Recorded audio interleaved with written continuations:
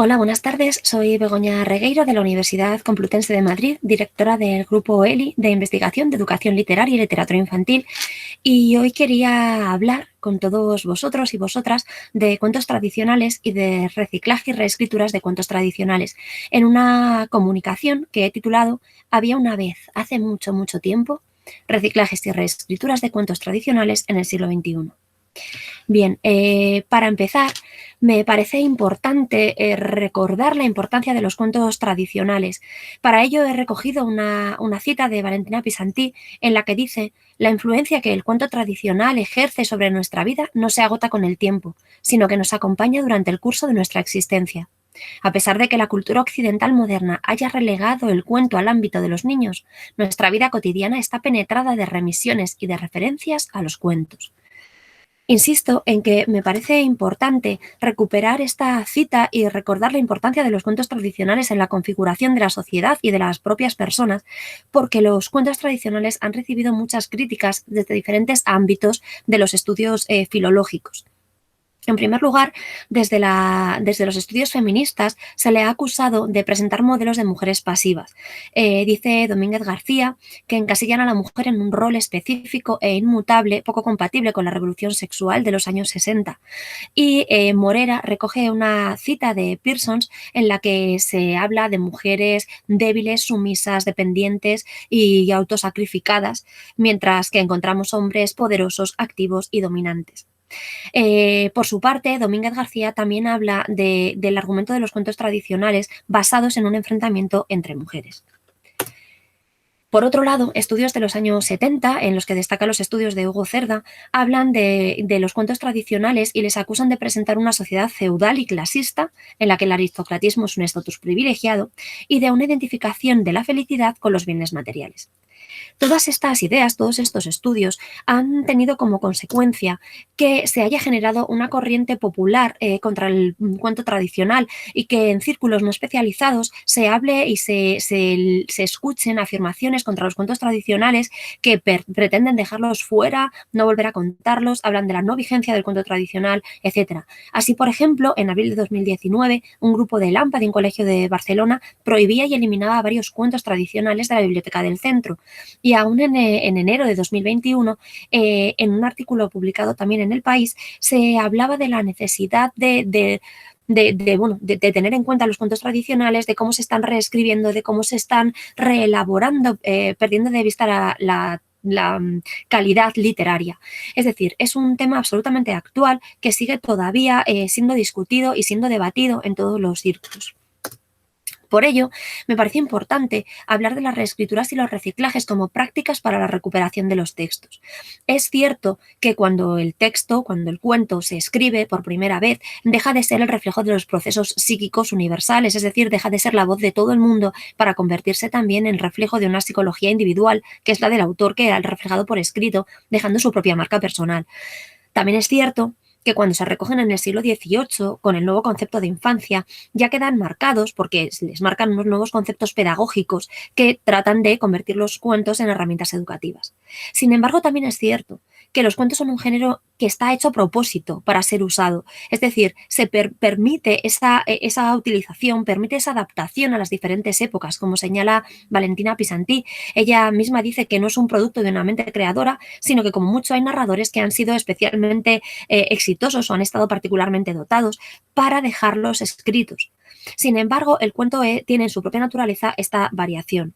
Los receptores, efectivamente, a falta de autor, se sienten legitimados para cambiarlos. Pero me parece muy importante tener en cuenta que esa variación de los cuentos no para en el momento en el que se dejan escritos, no para con los hermanos Grimm o con Perrault, ni siquiera con las películas de Disney, que a veces lo han fijado también en el imaginario colectivo con una fuerza especialmente grande, sino que estas reescrituras, estos reciclajes que a veces se critican, también son una forma de continuar la vida de los cuentos tradicionales. A partir del momento en el que quedan fijados por escrito, los cuentos tradicionales mantienen su vida por dos vías. En primer momento siguen con la oralidad, puesto que seguimos contando los cuentos tradicionales a nuestros niños y niñas. de boca a oreja, de narradores a niños y niñas, de padres, madres a sus hijos, abuelos, abuelas, es decir, sigue siendo algo que se transmite de manera oral. Pero es que además hay una nueva transmisión. En el momento en el que hay un soporte escrito, también se empieza la nueva vida del cuento a partir de estas reescrituras, que siguen siendo versiones, igual que las orales, donde cada persona que lo recoge deja su impronta. Estas reescrituras no son algo nuevo. Ya en el siglo XX encontramos diferentes ejemplos, como por ejemplo los cuentos en verso para niños perversos de Roald Dahl o los cuentos políticamente correctos de James Finn Garner en 1994. No obstante, en esta ocasión me interesa más centrarme en los ejemplos del siglo XXI, porque han sido menos trabajados y han sido menos estudiados hasta el momento. Aquí he recogido 3 autores, Ángela Balvey, el hematocrítico, y Mar Ferrero, de los que hablaré mínimamente. Si empezamos por el hematocrítico, vamos que tiene varios títulos que son reescrituras y reciclajes de cuentos tradicionales, como Feliz Feroz, Agente Ricitos, El Lobo con Botas, Rapunzel con Piojos y Excelentísima Caperucita. Lo que el hematocrítico hace en cada una de estas historias es, en primer lugar, destipificar a los personajes. Así, por ejemplo, en Feliz Feroz, junto al lobo feroz, encontramos a su sobrino, Feliz Feroz, que es un lobo bueno, que quiere hacer el bien, y el propio lobo feroz deja de ser malo para convertirse en sastre. Es decir, el personaje del lobo malo, desaparece. Igualmente, en los otros cuentos aparecen este tipo de rupturas. En Agente Ricitos, por ejemplo, Ricitos de Oro se convierte en una niña activa, curiosa, entrometida hasta cierto punto, que se convierte ya en casi una vigilante del bosque, porque al meterse en todas las cabañas va consiguiendo romper y cortar muchas de las catástrofes que ocurren en los cuentos tradicionales. Así, y entro ya en la siguiente característica, aparece la intertextualidad, tan característica de la literatura infantil del siglo XXI, tan característica también de la posmodernidad y ya defendida por Rodari cuando habla de las ensaladas de cuentos. Bueno, pues esta sería un poco la técnica que aparece en muchos de los textos del hematocrítico. Así, por ejemplo, ya he mencionado como Agente Ricitos evita que Blancanieves se coma la manzana envenenada, que Hansel y Gretel entren en casa de la bruja, porque por su curiosidad se mete allí. Pero también en Rapunzel con piojos, por ejemplo, los que acuden a salvar a Rapunzel de su plaga de piojos, está Blancanieves, está Regardoncito, es decir, aparece esta mezcla o esta intertextualidad. También aparecen valores contemporáneos como el anticapitalismo, que es uno de los temas fundamentales del Lobo con Botas, y también una de las grandes características de la literatura infantil del siglo XXI, la presencia constante del humor. Por su parte, Mar Ferrero modifica menos la estructura de los cuentos, es decir, no hace una ensalada de cuentos para crear algo nuevo, sino que modifica mínimamente la estructura de los cuentos. Así, en Caperucita Roja o en Hans y Greta, lo que encontramos es un juego con los puntos de vista y con las voces narrativas. También muy de acuerdo con esta idea posmoderna de que la verdad no es objetiva, sino que tiene diferentes puntos de vista y diferentes facetas según quien la cuente. Así, por ejemplo, en Caperucita vemos la historia contada por Caperucita, por la abuela, por el lobo, etc. Y en Hans y Greta igual encontramos la historia contada por Hans, por Greta, por el arquitecto municipal, por la bruja. No voy a contar de qué más pasa o qué modificaciones hay en la propia historia, pero estas son las voces y esta es la mayor innovación. Por su parte, Ángela Balvey escribe los cuentos clásicos feministas, los publica en el 2018 y hace versiones y reescrituras para adolescentes más que para niños que respetan la estructura de los cuentos y dialogan con la propia tradición. En este caso, además, respeta bastante lo que ha dicho no solamente los hermanos Grimm, también hace a veces guiños a Basile e incluso a las versiones cinematográficas. En este caso encontramos el posfeminismo y aparecen también valores contemporáneos como la ecología, etcétera, y aparece como algo también novedoso el reflejo del mundo post-digital. Son cuentos localizados y situados temporal y espacialmente en el siglo XXI y por lo tanto en un mundo marcado por lo post-digital en el momento en el que lo digital se ha convertido en lo cotidiano. No me extiendo más sobre esta obra que he estudiado minuciosamente en el artículo que aparece en la diapositiva. ¿Qué vamos a hacer ahora o cuál es la intención del trabajo que presento hoy? Bueno, mi intención es dar un paso más y ver también qué beneficios tiene la producción dentro del estudiantado, del alumnado, cuando son ellos los que hacen las reescrituras y los reciclajes digitales de los cuentos tradicionales. Bien. En primer lugar, me parece importante ver qué es lo que estamos buscando, qué les estamos pidiendo, ¿no? Estamos pidiéndoles que hagan un reciclaje de los cuentos, entendiendo reciclaje como un tipo de reescritura. Secreto habla de la reescritura y define reescribir como volver, visitar, es releer, es dialogar, discutir, repensar, reinstaurar, sentar la diferencia. También es admirar, querer ser, parecerse, buscan en el otro, acercarse al otro, alejarse del otro. Es decir, implica un diálogo con la fuente, un diálogo con el texto original o con uno de los textos escritos que no aparece, por ejemplo, cuando se hacen reescrituras de los cuentos tradicionales, no aparece siempre.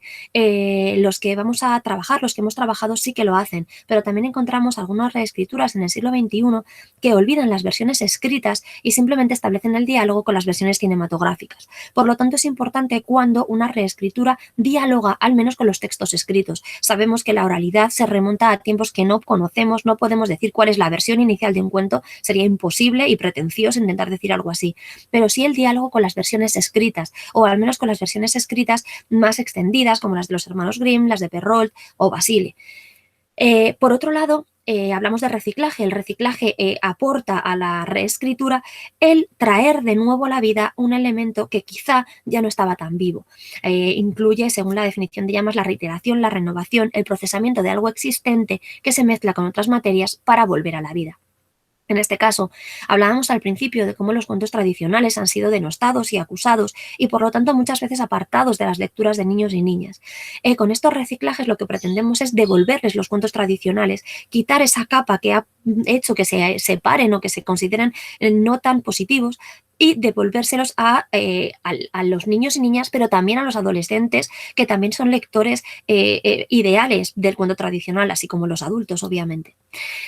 Cuando hacemos esta práctica pretendemos que el alumnado haga suyos los cuentos y entre en el proceso de la tradición oral y escrita de la que hablábamos antes, a partir de la cual los cuentos se van adaptando a las diferentes épocas. Por otro lado, estamos hablando de reciclajes digitales, de escritura creativa digital, con lo cual estamos también teniendo en cuenta y favoreciendo el aprendizaje autónomo, dado que están haciendo algo y por lo tanto favorece el aprendizaje colaborativo, en equipo, la motivación, el placer y la creatividad, que como veremos más adelante es una de las cuestiones que más han valorado los estudiantes a la hora de hacer esta práctica. De esta manera, además, estamos trabajando la alfabetización digital y estamos ofreciendo metodologías innovadoras para el aprendizaje. Bien. A continuación, lo que voy a hacer es analizar mínimamente los ejemplos que han realizado alumnos y alumnas del grado de Magisterio Infantil de cuarto de la asignatura de Lectura, Escritura y Literatura Infantil. He analizado hasta el momento 13 cuentos reciclados realizados por 65 estudiantes que han trabajado en grupos de entre 3 y 5 personas. Bueno, simplemente para hacer una primera presentación, habría que hablar de qué tipo de publicaciones, son las que han hecho. Podemos decir que han hecho vídeos con animación, vídeos con dibujos, vídeos con marionetas y luego han realizado también un podcast y una reescritura en WhatsApp, que es el que aparece en la imagen.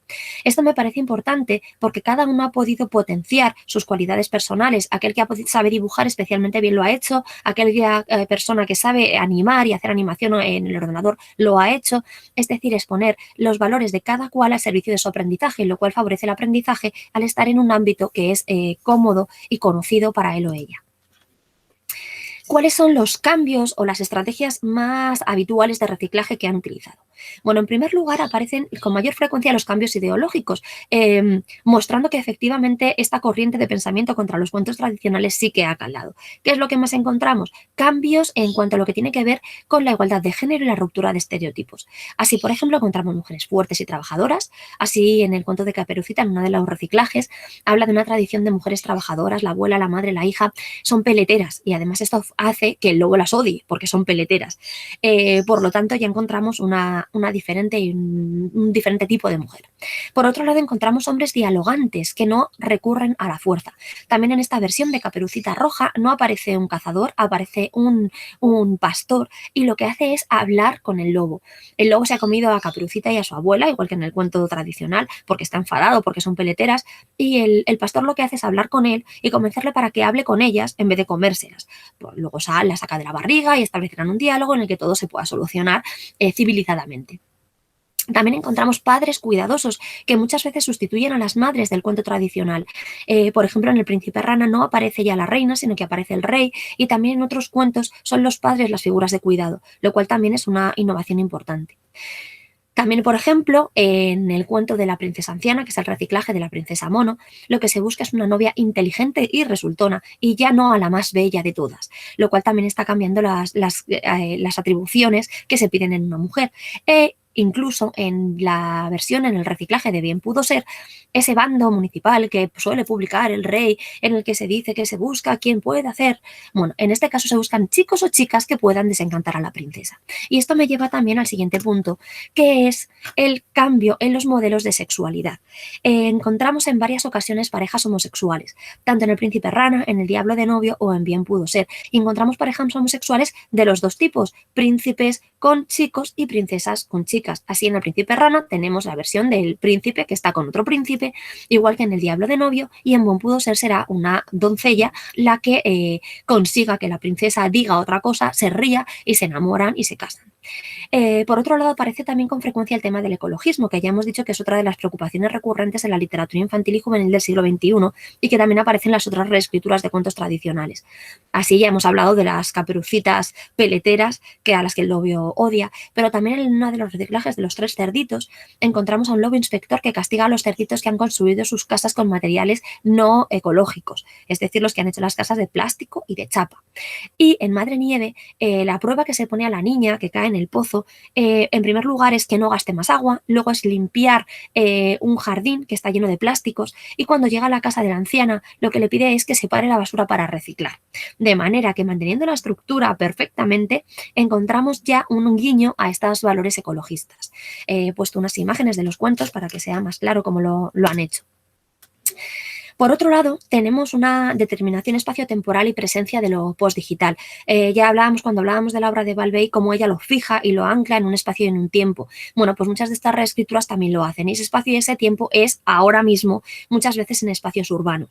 De esta manera aparece estas marcas postdigitales. Si analizamos las marcas postdigitales, las podemos encontrar en muchos sentidos. Aquí, para no excederme en exceso, simplemente he marcado algunas de las cuestiones. Vemos, por ejemplo, cómo aparecen los elementos digitales como elementos cotidianos, los móviles, como medio de locomoción aparece el Uber, plataformas como WhatsApp, Skype, son las nuevas formas de comunicación, aparecen los robots aspiradores, los ordenadores para trabajar y para aprender, como medios también para adquirir conocimiento. Y así lo vemos, por ejemplo, en La Princesa Mona, en Los Siete Cabritillos, etc. Por otro lado, encontramos una inclusión de problemáticas actuales, muy actuales, porque incluso en uno de los reciclajes, en La Reina de las Abejas, encontramos una referencia a la vacuna del COVID. Los tres hermanos han ido a buscar la vacuna del COVID.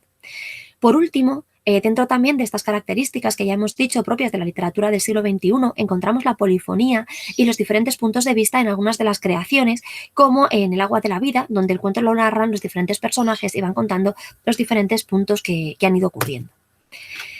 Así pues, visto esto, podemos concluir que cuando se pide a los alumnos y alumnas que cambien o modifiquen el cuento, las estructuras tienden a permanecer. Es cierto que hemos hecho un trabajo previo para mostrarles la importancia de la estructura del cuento, pero han sabido mantenerla, han sabido ver cuál era la parte esencial del cuento y la han mantenido. ¿Qué han modificado? Han modificado cuestiones más superficiales que tienen que ver con referentes actuales y objetos de la vida cotidiana. Esto ya lo vemos en todas las versiones de los cuentos que se han ido escribiendo. No es los mismos referentes en la Bella Durmiente de Perrault o en la de Grimm o la de Basile, porque son diferentes épocas. Bueno, pues esto también lo cambian. Actualizan los valores, sobre todo aquello relacionado con el género y con la sexualidad, y lo que tiene que ver con la preocupación ecologista del mundo contemporáneo. Lo que buscan es mantener la estructura para mantener esos aprendizajes que el cuento tradicional traía consigo, pero añadir aprendizajes nuevos. Hemos dicho, por ejemplo, en La Madre Nieve, cómo el aprendizaje de todo lo que tiene que ver con ser bondadosa, con aceptar el trabajo, etcétera, etcétera. A esto se añade todo lo que tiene que ver con la ecología, es decir, el mensaje del cuento se mantiene y se añade estos mensajes actuales relacionados con unos valores más actuales. Solo en algunos se incorporan las técnicas narrativas de la posmodernidad, como la polifonía, pero sí que aparece en determinadas ocasiones. Así pues, podemos ver que son adaptaciones del cuento a la situación de enunciación, por lo que la apropiación y el reciclaje del cuento funcionan. Además, si tenemos en cuenta cómo los alumnos y alumnas han percibido su aprendizaje, podemos ver también que el balance es muy positivo. Cuando hablan de esta práctica la señalan como una de las más interesantes porque permite integrar la visión de los niños y las niñas y de la sociedad y el mundo actual. Permite meter preocupaciones actuales en las estructuras de los cuentos tradicionales. Además, hablan de cómo traer los cuentos actuales, pero también de la importancia de que los niños y niñas primero conozcan el cuento popular, lo cual también es muy importante porque, insisto, nos permite recuperar los cuentos tradicionales y actualizarlos, que es de lo que se trata el reciclaje. También hablan de la digitalización como un elemento de motivación e interés, lo cual nos demuestra que no estábamos equivocados cuando hemos pensado que era una buena táctica y una buena estrategia. He incluido 2 fragmentos que no voy a leer de las opiniones, de las reflexiones que el alumnado ha hecho sobre su propio aprendizaje, pero he incluido estas 2 porque precisamente ponderan la importancia de los valores que tienen que ver con la ecología y con el haber podido cambiar esos roles que tanto pesan muchas veces en los cuentos tradicionales. Para terminar, simplemente me gustaría recordar la cita de Pisantí que ya señalé al principio, de que la influencia del cuento tradicional la influencia que ejerce sobre nuestra vida nunca se agota. Y a esta incluir otra cita de Rodríguez Almodóvar, en la que dice que los cuentos vinculan nuestro comportamiento contemporáneo con el de un mundo en el que ya éramos de algún modo lo que seguimos siendo. Estos reciclajes han mostrado que podemos actualizar y traer a nuestro mundo contemporáneo los comportamientos y la esencia de la humanidad y la esencia de lo que llevamos siendo durante todo este tiempo que llevamos en la Tierra. Muchísimas gracias. Bueno, lamento no poder tener oportunidad para hacer un debate o para compartir impresiones, pero por supuesto estaré disponible en la dirección de correo electrónico que aparece en la diapositiva y me encantará dialogar y charlar sobre este tema con todo aquel que esté interesado. Muchísimas gracias.